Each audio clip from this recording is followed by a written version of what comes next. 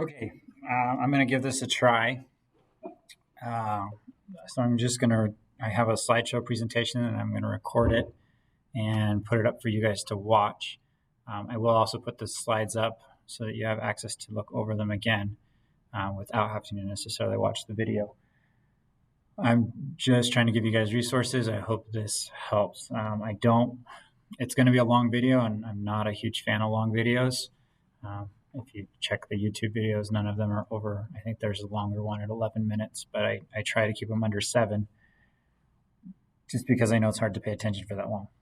So this is going to be a long video. If you do need to take a break, just pause it for a little bit, take a little break, come back, but try and get through the whole thing. And it is a video, so you can speed it up. You can skip ahead. You can skip the things that you need, that you don't need, and pay special attention to the things that you do need. Okay. So first of all, we have these warm-up problems. Solve for x, and we have 2/3 x minus 1/5 equals 2/5 x plus 4. And then I want the other warm-up problem I have for you is graph the function y equals 2/3 x minus 4. And with both of these, I'd like you to pause the video, try them out, and then resume, and I'm going to go over the answers. Obviously, I'm not going to stop the video to let you go over the answer because, well, that would take forever. But you should pause it and try it out. Okay, so now that you've come back, I'm going to clear this out. Okay, now that you've come back to the video, we're going to go over the warm-up problem really quick. So we have 2/3 x minus 1/5 is equal to 2/5 x plus 4. And we want to solve for x. And so we have all of these fractions, and we could get common denominators and put things together and solve that way. But we want to keep things simple. We don't really love working with fractions, so we're going to get rid of all the fractions. And we do this by multiplying everything by a common multiple of the denominators. And so we have a 3 in the denominator, we have a 5 in the denominator, and we have another 5 in the denominator. So we need something that 3 and 5 go into. The easiest way to do that is just to multiply them together. It won't always give you the least common multiple, but it will give you a common multiple, and that's really all you need. So we did 3 times 5, that's 15. If you were not sure and you multiplied that by 5 and got 75, it'll still work. You'll just have bigger numbers that you're working with, but it'll still work. Okay, so I'm going to do 15 times 2, that's 30. 30 divided by 3 is 10, so that's 10x. 15 times 1 is 15. 15 divided by 5 is 3. 15 times 2, again, is 30. 30 divided by 5 is 6. And 15 times 4 is 60. And now we're just going to go through our regular steps. I'm going to do my addition and subtraction first. I want all of my x's. I'm going to put all of my x's on the left side. So I'm going to get rid of my number on this side by adding 3 to both sides. So that leaves me with a 10x on this side and a 6x plus 63 on my other side. I don't want any of my x's on the right-hand side, so I'm going to get rid of those by subtracting 6x from both sides. And 10x minus 6x will give me 4x. 6x minus 6x gives me 0, and that leaves me with 63. And now I just divide both sides by 4, and x gives me 63 over 4. If you put this in a calculator, you should get 15.75 or 15 3/4. Any of those answers would be correct. Okay. All right. Part B, or the second question. Let's see if I can get back to having a graph because we're supposed to graph for that one. Not that far. Nope. Okay. Actually, let's just say this. Get rid of that problem. Okay, so for this one, we're graphing not those equations. Let me get rid of those really quick. I missed the y. Okay, so we're graphing, and the equation that we're graphing I apparently didn't write down. Y equals 2/3 x minus 4. Okay, so y equals 2/3 x minus 4. I'll do it with a crazy pen. Y equals 2/3 x minus 4.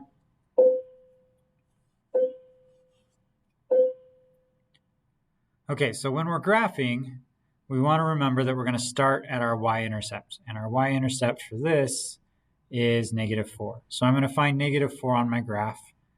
And I'm just for the y.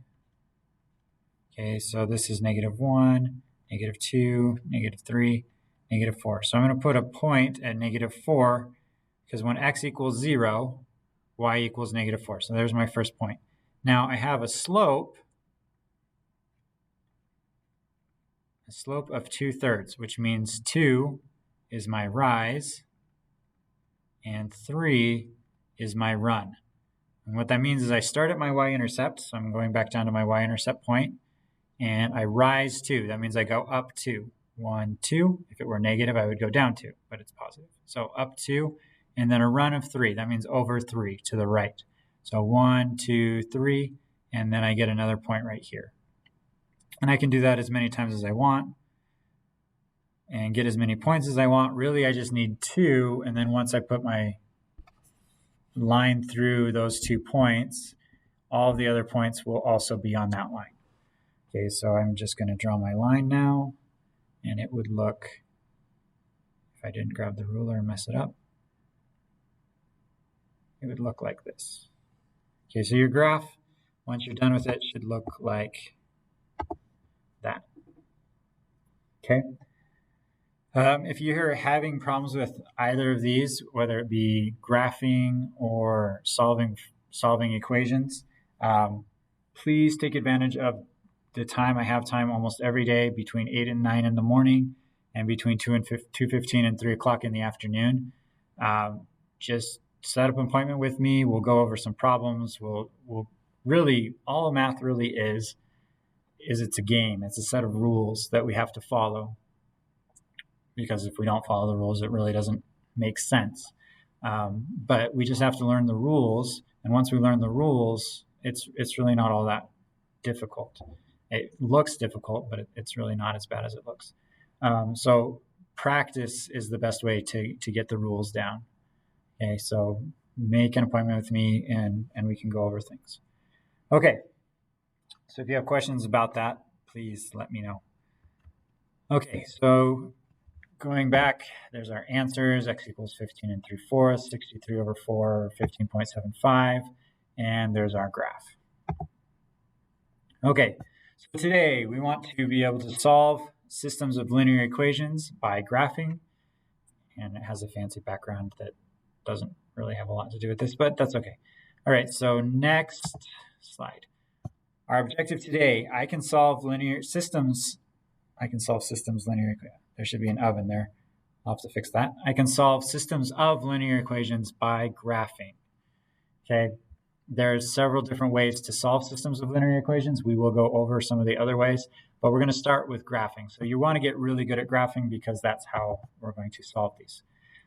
Systems of linear equations. We've covered graphing, right? Linear equations, that's what we did in the warm-up in slope-intercept form, y equals mx plus b. We are going to use this to be able to find solutions to multiple linear equations. So if you have more than one equation, then there should be a point where they cross, and that's how you find the solution to multiple equations. We'll talk a little bit more about that. We've actually done this when we were solving for equations with variables on both sides. We wanted to find out, for example, which gym, how many months we'd have to go to a gym for it to cost the same as this other gym or something like that. It's the same idea. and we're going to be doing the same thing here. Okay, so first thing we want to do, we want to, let's try this one out. And again, you should pause the video and try this out. Graph each of these equations, y equals 3x minus 2 and y equals negative 2x plus 3. Okay, so remember where you start is the y-intercept, so negative 2 for that first equation and positive 3 for that second equation.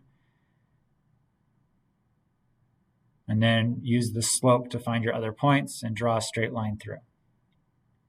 Okay, once you've done that, your graphs should look like these graphs that I have on the right.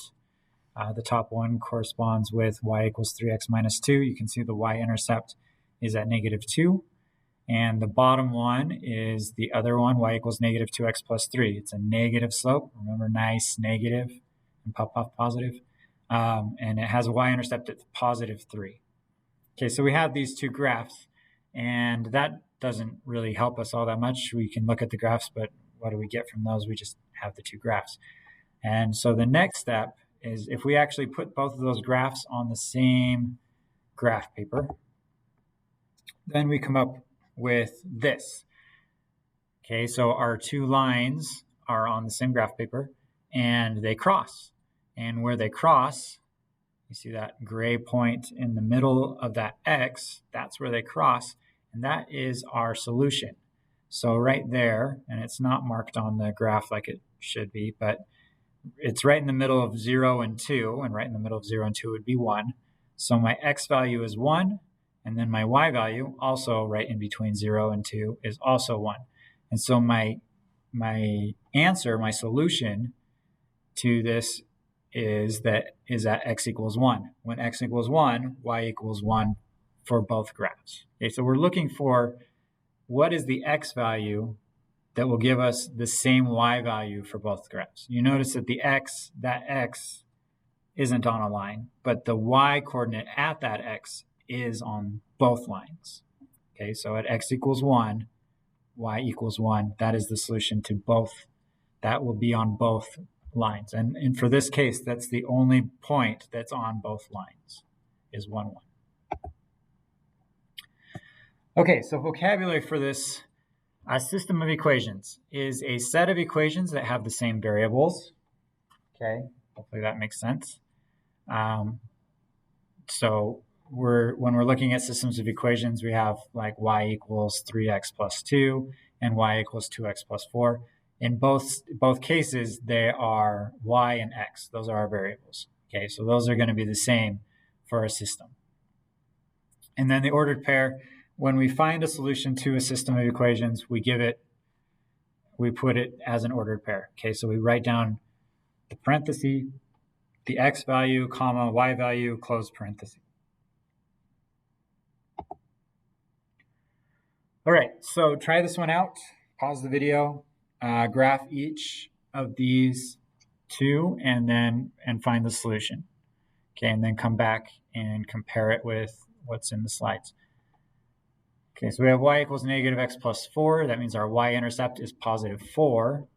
And our slope is going to be nice negative, and it's just a slope of negative 1, so down 1 over 1. And on our other one, y equals 3x, we don't have a y-intercept, which means it's at 0, so we start at 0. And for this one, we have a slope of 3, and it's positive, so puff, puff, positive. We go up 3 and over 1. Okay, so from there, this is about what your graph should look like. And I've marked the two lines as well as the solution. Thank you so much.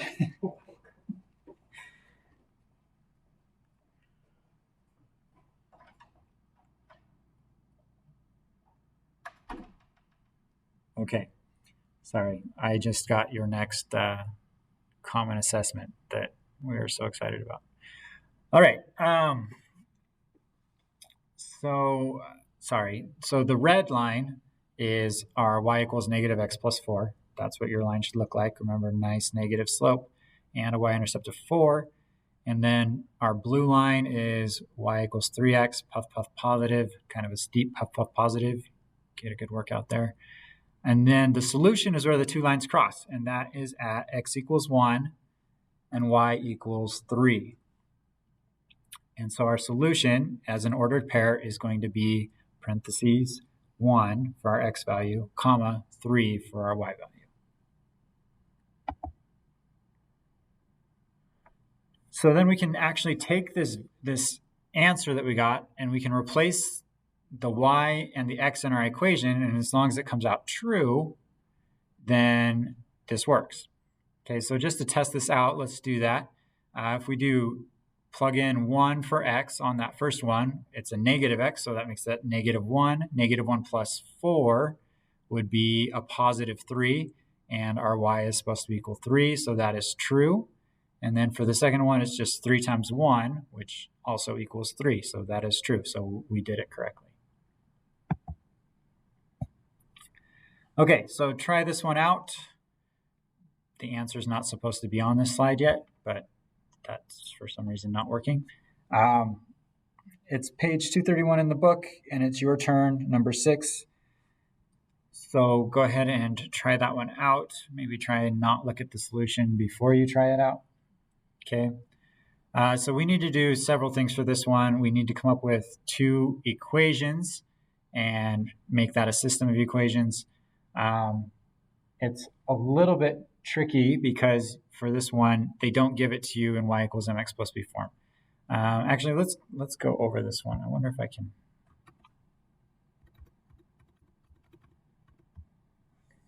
Let's go over this one. See if I can get back to that.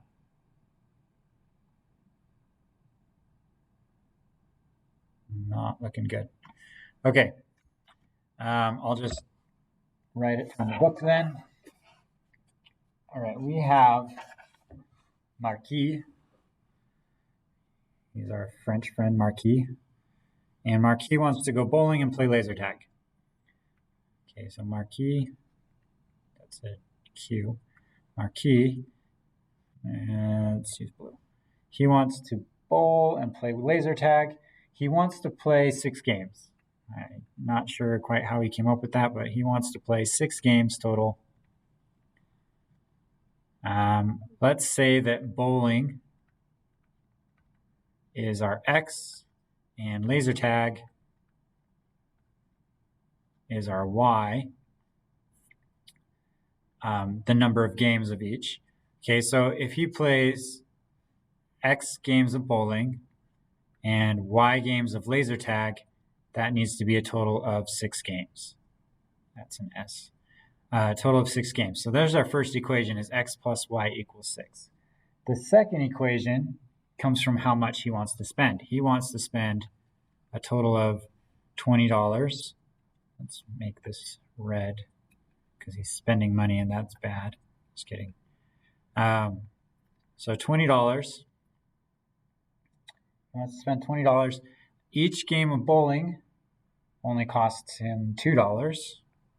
So $2 per game of bowling. And each game of laser tag costs him $4. So $4 times each game of laser tag, that needs to add up to $20. And so now we have our 2 equations. We have x plus y equals 6 and 2x plus 4y is equal to 20. The problem is we need to be able to graph these, which this is not something that we really ever went over. You can graph from this, but we didn't do that. So what we need to do is we need to get these in the y equals mx plus b form. Okay. So to get these in y equals mx plus b form, we just need to solve for y. So let's start with this x plus y equals 6. I want the y by itself on that left-hand side. So I'm going to subtract x from both sides. That is going to give me y equals negative x plus 6. And that's all there is to that one, because I can't put that negative 6, or I can't put that negative x and the 6 together. That's just, it's one of those math rules. We can't break it. If you were to picture it as like putting oranges and dollars together, you can't combine them and then have oranges or dollars, you still have oranges and dollars. Okay. For the second one, it's a little bit more complicated. We need to get rid of the 2x. So we do that, minus 2x from both sides. And that gives us 4y is equal to negative 2x plus 20. But we still don't have the y by itself. We need to get rid of that 4. And so we need to divide both sides by 4. And then when we do that, we get y equals negative 2x over 4. So 2 over 4, that's the same thing as 1/2. So we're going to say that's negative 1/2 x plus 20 divided by 4 is a positive 5. Okay, so now we have our two equations in the correct form. And if we want to graph this, which we do because we want the practice, for this one, we don't need any negatives because we can't bowl a negative number of games and we can't play laser tag a negative number of times. I guess that would be nice if you didn't enjoy the negative game of, or if you didn't enjoy the game of laser tag, you could unplay it and then get your money back, I guess. So we're just going to do a positive only graph. Okay, so let's start with our blue equation, negative x plus 6. So we have a y-intercept of positive 6, so we're going to go up 6 spaces, 1, 2, 3, 4, 5, 6, right here. I'm going to say that's positive 6. My slope is a negative 1, right? There's nothing in front of the x, which doesn't make it 0, because if it was a 0, there wouldn't even be an x. So there is a 1 there, it's just invisible. It's ignored. Okay, so negative 1, that means our slope is negative, nice negative, which means we're going down, but it's still just 1.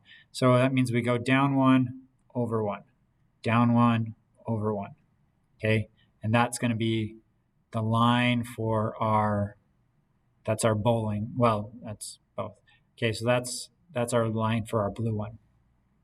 Now let's go to the red one. For the red one, our y-intercept is 5, so that's just 1 right below it. Again, we have a nice negative slope, but this one's not quite as steep, so we go down 1. That's our rise, is negative 1, and our run is a positive 2. So that means we rise negative, which means we fall. So down 1, and then we go over 2. And right there already shows you where our solution is, but I'm going to draw in these graphs anyway. So that's 5. Okay, let me get my ruler out and draw these two lines up there.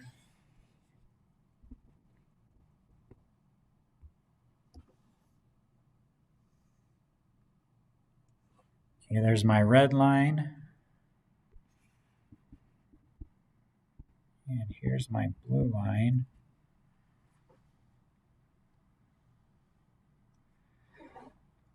Okay, and we don't need to worry about going into the negative because we can't play a negative number of games or anything. Okay, so now we just need to look at the solution. And we can see that it crosses right here. This point right here is on both lines.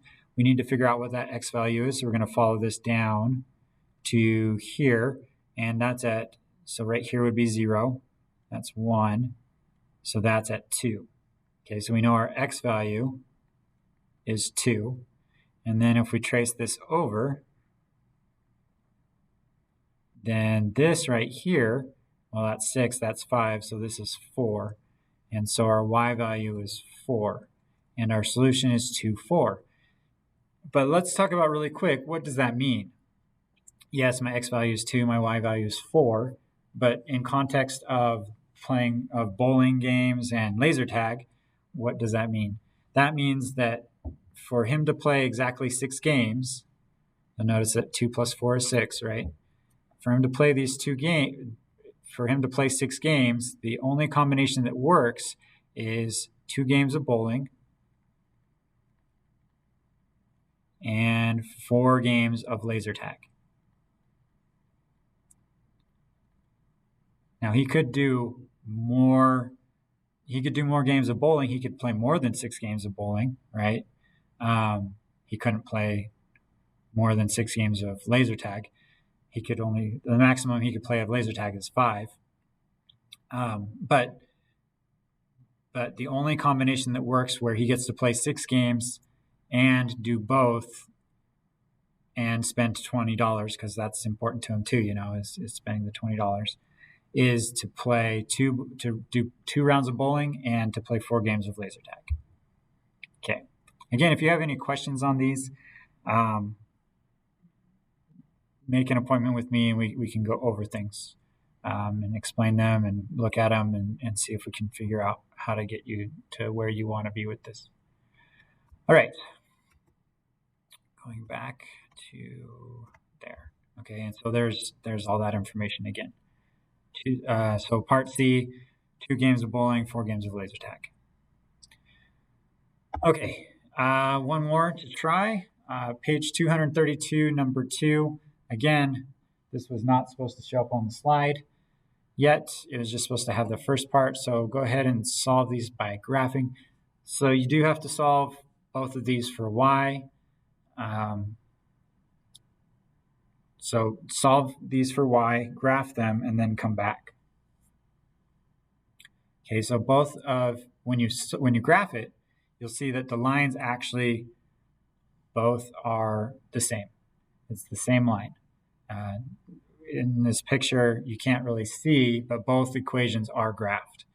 There's a red one and a blue one, and it's kind of a purplish color now, sort of. Both equations are graphed. What does it mean when they're all the same line, when it's the same line? It doesn't matter what x value I choose, right? I can choose any of those x values. -2, that's on both lines. The y value is on both lines. -1, 0, they're all going to be on the same line because the lines are the same. And so this is what we call infinite solutions. It doesn't matter what you plug in for your x, your y value is going to be the same for both equations because really it's the same equation. Okay. So that's a case of infinite solutions. There will also be a case where you have 2 lines that never cross. Those are called parallel lines. Lots in common, never meet. And that would be a case of no solutions because there is no place where they're going to have the same y value based off an x value. Okay. And now they're going to turn brighter, but they don't actually do anything. So that's it for today.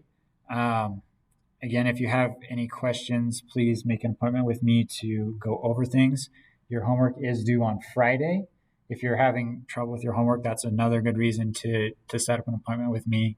And if the times that I've given you don't work, let me know. We'll figure out a time when you can meet with me and try and go over them. Okay? All right. Have a good day.